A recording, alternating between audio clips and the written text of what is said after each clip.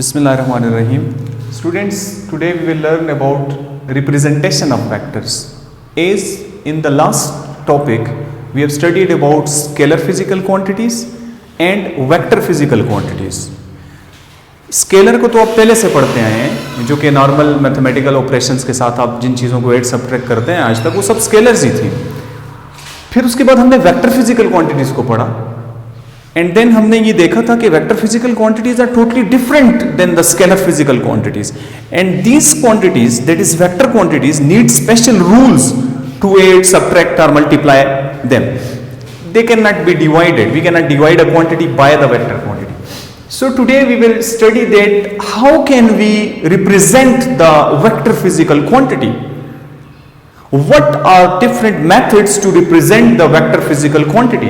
So today we will learn that two methods, two ways to represent the vector physical quantity.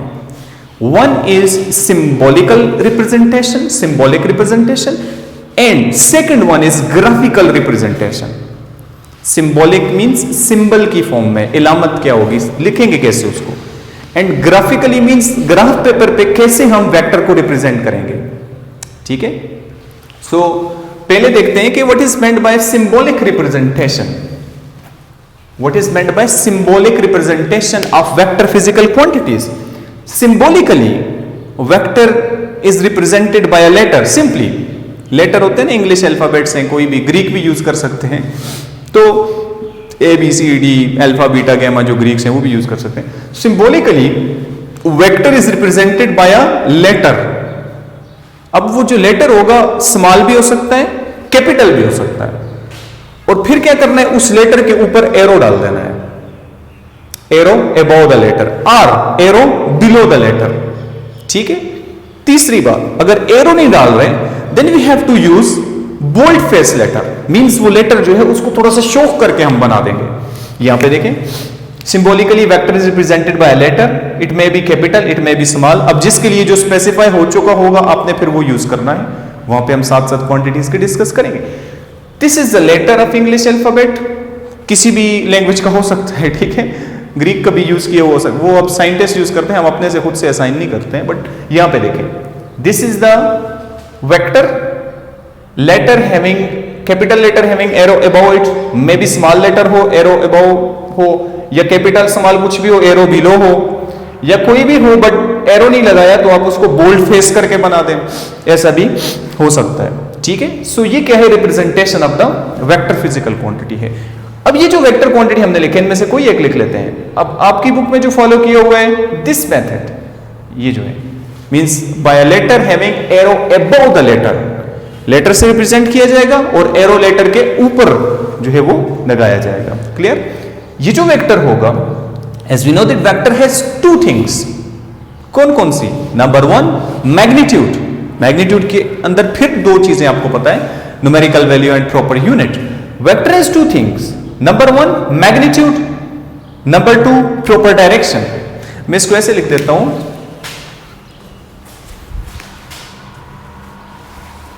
one is magnitude and direction, proper direction. Plus की symbol नहीं होगी, इनको जोड़ के लिखना होता है. ठीक है. This is vector A. अब मैग्नीट्यूड की भी कुछ सिंबल लिख देते हैं ताकि आसानी हो लिखने में, समझने में. तो कोई भी वेक्टर जिसकी मैग्नीट्यूड आपने लिखनी होगी उस वेक्टर को लिख के उसके साथ ऐसे मॉडुलस यूज कर दें. You have studied in mathematics chapter 1, अगर 1.4 एक्सरसाइज पढ़ ली होगी तो उसमें आपने ये स्टडी किया होगा कि डिटर्मिनेंट ऑफ द मैट्रिक्स. तो डिटर्मिनेंट के लिए भी आप ये मॉडुलस की सिंबल यूज करते थे, आपको याद होगा. ठीक है.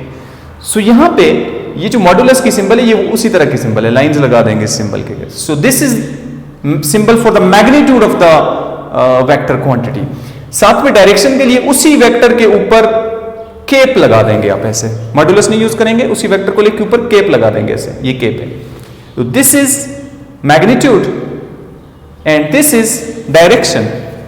Clear. So we can say that symbolically we can represent the vector in this way by a letter, may be small or capital, having arrow above the letter or below the letter, or it is represented by the bold face letter. Bold face letter means show करके अपने इसको लिखा हुआ, ठीक है. So this is the symbolic representation of the vector. For example, I want to write the force of 10 Newton eastward. Force is equal to force F, ऊपर arrow डाल दिए. 10 Newton. What is this 10 Newton? This is the magnitude of the force. Like this. Direction. अब F नहीं exact direction पता है. Eastward बोल रहा हूं तो E लिख के ऊपर कैप डाल देंगे. This is the magnitude of the force. Numerical value along with proper direction, proper magnitude. Sorry, numerical value along with proper unit. This is called magnitude. And साथ में उसकी क्या है? Proper direction है. Whole this is the representation of the vector quantity. So simply it is represented by a letter having arrow above it or below it or by the bold face letter. ठीक है, arrow जरूरी है, नहीं तो फिर bold face लिखना पड़ेगा अगर एरो नहीं डाल रहे हैं तो, ठीक है. अदरवाइज एरो लिखना पड़ेगा फुल वेक्टर को लिखने के लिए, और एरो नहीं है वो जस्ट उसकी मैग्नीट्यूड कंसिडर होगा. यहाँ पे आप एरो डाल भी सकते हैं, मॉडुलस लिख दिए तो मैग्नीट्यूड ही कंसिडर होगा. सेकेंड जो मेथड है to represent the vector physical quantity is the graphical method. It is the graphical representation of the vector physical quantity. पहला जो हमने representation पढ़ी वो क्या है जी? वो symbolic representation, and the second representation is this type is the graphical representation. So first of all, what is meant by graph? What is meant by graph? Graph क्या होता है? Graph is the drawing. एक drawing होती है which shows relation between different physical quantities. You can say that drawing means कोई चीज जो आप बनाते हैं, ड्राइंग करते हैं, ठीक है. Drawing which shows relation between quantities. ये ड्राइंग होती है which shows relation between quantities. आपने क्रिकेट मैच देखा होगा, उसमें आपने देखा होगा डिफरेंट ग्राफ्स होते हैं, ऐसे ग्राफ होते हैं, ऐसे यहाँ पे ये विकेट्स जो गिरती हैं उसको इस तरह स्पॉट्स लगा के शो किया होता है, ठीक है. यहाँ पे ओवर्स होते हैं कि ओवर्स कितने गुजर गए हैं, 1 ओवर 2 ओवर 3 ओवर. यहाँ पे स्कोर्स होते हैं, ठीक है, रन्स होते हैं. So different graphs. फिर ऐसे भी ग्राफ आप बना हुआ आपको मिलता है जी, बार ग्राफ. पहले ओवर में कितने स्कोर बने हैं, लेट 2 स्कोर बने हैं, यहाँ तक होगा. दूसरे ओवर में 6 स्कोर बने, यहाँ तक चला जाएगा, ये 4 है, ये 6 है. तीसरे ओवर में कोई स्कोर नहीं बना, एंड सो ऑन. इस तरह के ग्राफ भी होते हैं. Graph means drawing which shows relation between different physical quantities. तो एक ड्राइंग होती है जो डिफरेंट फिजिकल क्वांटिटीज का रिलेशन शो करती है, इसको हम ग्राफ बोलते हैं simply. What is meant bye graphical representation of the vector? मतलब ग्राफ पेपर के ऊपर ग्राफिकली ग्राफिकली आप वेक्टर को कैसे रिप्रेजेंट करेंगे ग्राफ पेपर पे? तो हम ये कहते हैं graphically vector is represented by an arrow. Just उसको एक एरो से शो करेंगे. एरो जो होता है उसके पास 2 चीजें होती हैं. As we know that vector has 2 things. यहां पे भी हमने एक्सप्लेन किया, वेक्टर के पास 2 चीजें हैं, मैग्नीट्यूड एंड डायरेक्शन. अब इधर हम जब सिंपल के अलावा ग्राफ पेपर पे उसको शो करेंगे एरो के साथ, तो उसमें 2 चीजें कैसे शो होंगी? तो vector has 2 things, one is magnitude and second one is proper direction. उसके लिए हमने कहा we use arrow to represent the vector graphically. अब 2 चीजें कैसे रिप्रेजेंट होंगी इसमें? मींस मैग्नीट्यूड को कौन शो करेगा और डायरेक्शन को कौन शो करेगा? तो बहुत सिंपल है. देखिए डायरेक्शन को तो ये एरो शो कर रहा है, आपको पता है वेक्टर इस डायरेक्शन में है. अगर ये वेक्टर ऐसे होता तो इट मींस कि वेक्टर इस डायरेक्शन में है. अगर ये वेक्टर इस तरफ होता तो इट मींस कि ये उस वेक्टर के अपोजिट डायरेक्शन में है. So arrow represents the direction of the vector. This is totally clear. Arrow represents the direction of the vector. Second thing क्या थी? मैग्नीट्यूड. मैग्नीट्यूड को कौन शो करेगा? देखें ये एक वेक्टर है, इसी डायरेक्शन में एक और वेक्टर मैंने बना दिया. डिफरेंस क्या है इन दोनों वेक्टर्स का? अब देखें ये एक ब्लू वेक्टर है और एक ये रेड वेक्टर है. इनमें क्या डिफरेंस है? डायरेक्शन सेम है, डिफरेंस है तो इनकी लेंथ का. इस एरो की लेंथ ज्यादा है और इस एरो की लेंथ कम है. वैसे एरो जो होता है उसकी लेंथ इनफाइनाइट कंसीडर होती है क्योंकि वो अप टू सो ऑन जाता है, बट यहां पे वेक्टर के केस में इसकी लेंथ फ्रॉम दिस पॉइंट जो कि स्टार्टिंग पॉइंट है जिसको टेल ऑफ द वेक्टर बोलते हैं, to this point arrow that is head of the vector. यहां से लेकर यहां तक इसकी लेंथ कंसीडर होती है, आगे नहीं होती इससे. इसकी यहां से यहां तक. तो ये जो रेड वेक्टर है इसकी ब्लू वेक्टर के मुकाबले में लेंथ क्या है? कम है.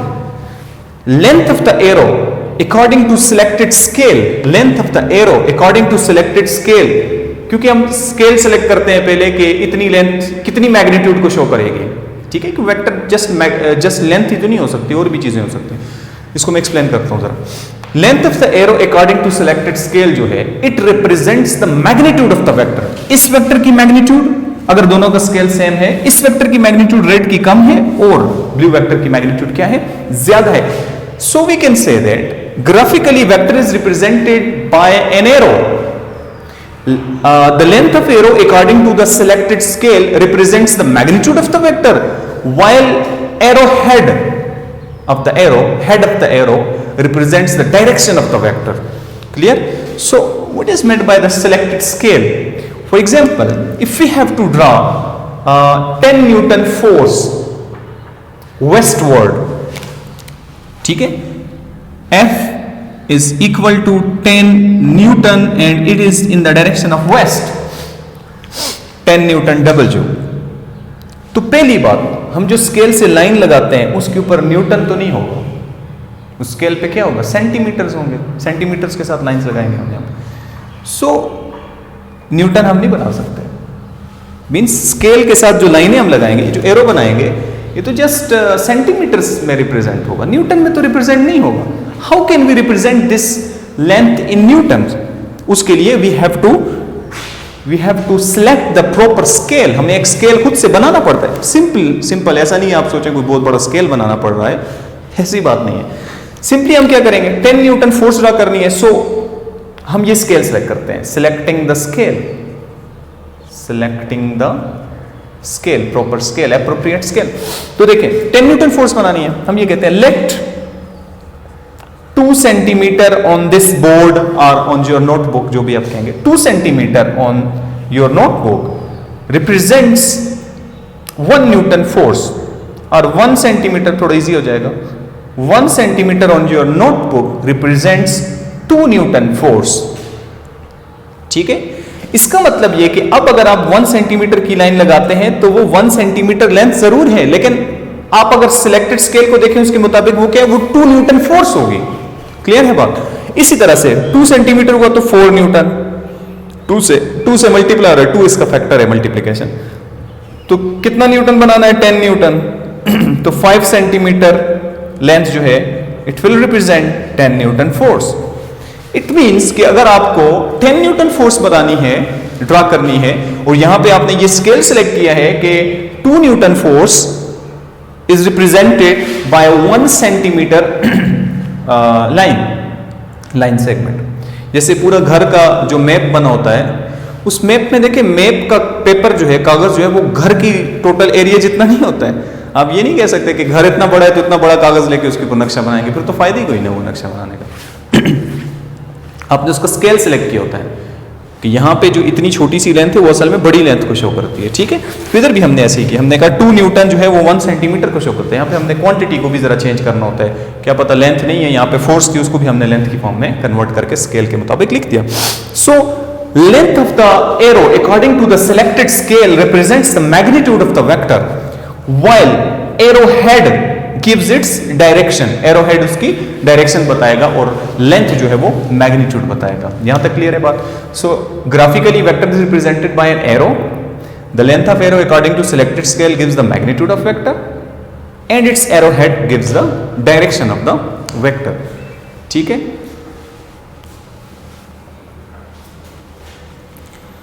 अच्छा अब जरा थोड़ा सा कोऑर्डिनेट सिस्टम को भी देख लेते हैं कि what is meant by coordinate system, because in order to draw these vectors graphically we have to draw the reference frame बनाना पड़ेगा, डायरेक्शंस ऐसे तो नहीं पता चलेंगी। ठीक है, उसके लिए रेफरेंस फ्रेम बनाना पड़ेगा। कोऑर्डिनेट सिस्टम जो है ये एक रेफरेंस फ्रेम होता है जिसके लिहाज से हम मेजरमेंट्स लेते होते हैं। ठीक है, which consist of mutually perpendicular lines। for example एक कोऑर्डिनेट सिस्टम में यहां पे बना लेता हूं, this is one line mean both side पे एरोज होंगे, अप टू सो ऑन तक जाती है, इसकी लेंथ इनफाइनाइट है।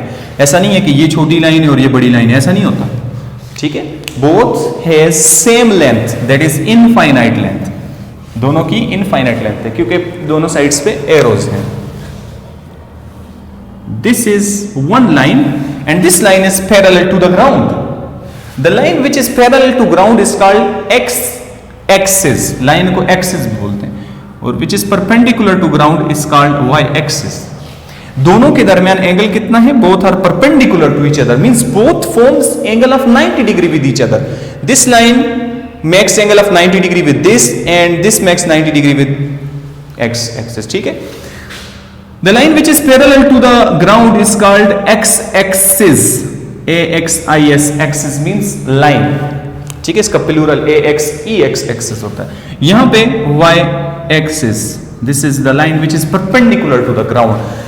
The point where both the lines meets each other, the point where both the lines intersects each other is called origin. This is called origin. Clear? So coordinate system means the reference frame which is formed by perpendicular, mutually perpendicular lines intersecting each other at the origin is called coordinate system. अब 2 dimension में होगा तो x Y plane होगा, 3 dimension में होगा तो साथ जी axis भी हो सकता है. ठीक है. तो यहाँ पे 2 डायमेंशन मैंने बनाया. तो ये क्या है जी? एक्स वाई प्लेन है, कोऑर्डिनेट सिस्टम. इसको रेक्टेंगुलर कोऑर्डिनेट सिस्टम भी बोलते हैं. ठीक है. कार्टेशियन कोऑर्डिनेट सिस्टम भी बोलते हैं, क्योंकि कोऑर्डिनेट सिस्टम जो है इसके 2 टाइप्स हैं. एक कार्टेशियन कोऑर्डिनेट सिस्टम है, तो ये वाला जो है जो मैंने बनाया this is Cartesian coordinate system. ठीक है. X axis and Y axis, इससे पहले भी कभी हमने थोड़ा सा शायद डिस्कस किया एब्सिस एंड ऑर्डिनेट के केस में. तो एक्स एक्सिस पे जो डिस्टेंस होता है उसको एब्सिसा बोलते हैं, वाई एक्सिस पे जो डिस्टेंस होता है उसको ऑर्डिनेट बोलते हैं. ठीक है. पोजीशन ऑफ पॉइंट को लोकेट करने के लिए हम यूज करेंगे. Second type of coordinate system is the geographical coordinate system. Geographical coordinate system means आपकी जो अर्थ के आपकी लिहाज से, मतलब नॉर्थ साउथ ईस्ट वेस्ट, ये जो डायरेक्शंस लगाई हुई इसके लिहाज से. तो इसमें क्या होता है? इसमें भी 4 डायरेक्शंस होती हैं. यही 2 लाइंस होती हैं जो परपेंडिकुलर टू ईच अदर होती हैं and they intersect, these line intersect each other at the origin.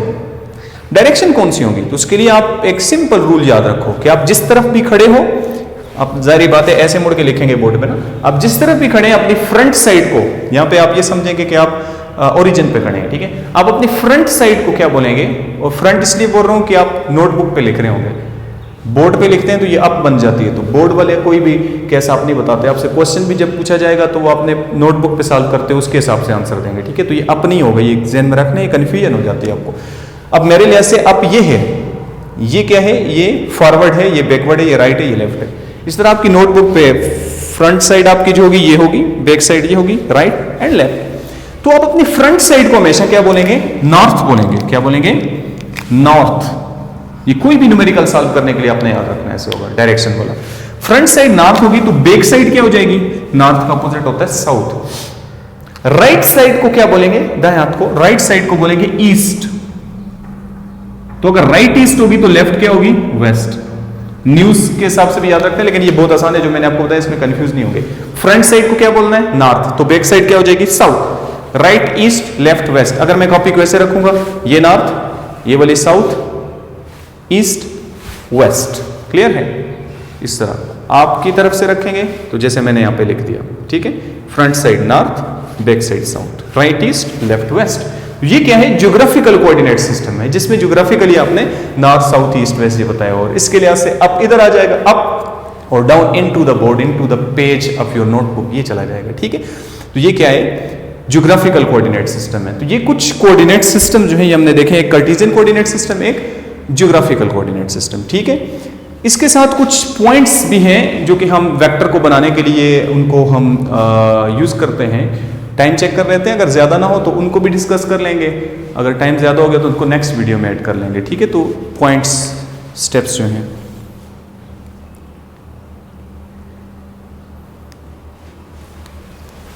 Okay. Next video में हम ये पॉइंट्स जो हैं इनको चेक करेंगे, जो कि वेक्टर को रिप्रेजेंट करने के लिए, ड्रा करने के लिए यूज करेंगे. यहां तक आपने रिवाइज करना है. Thank you. Good bye.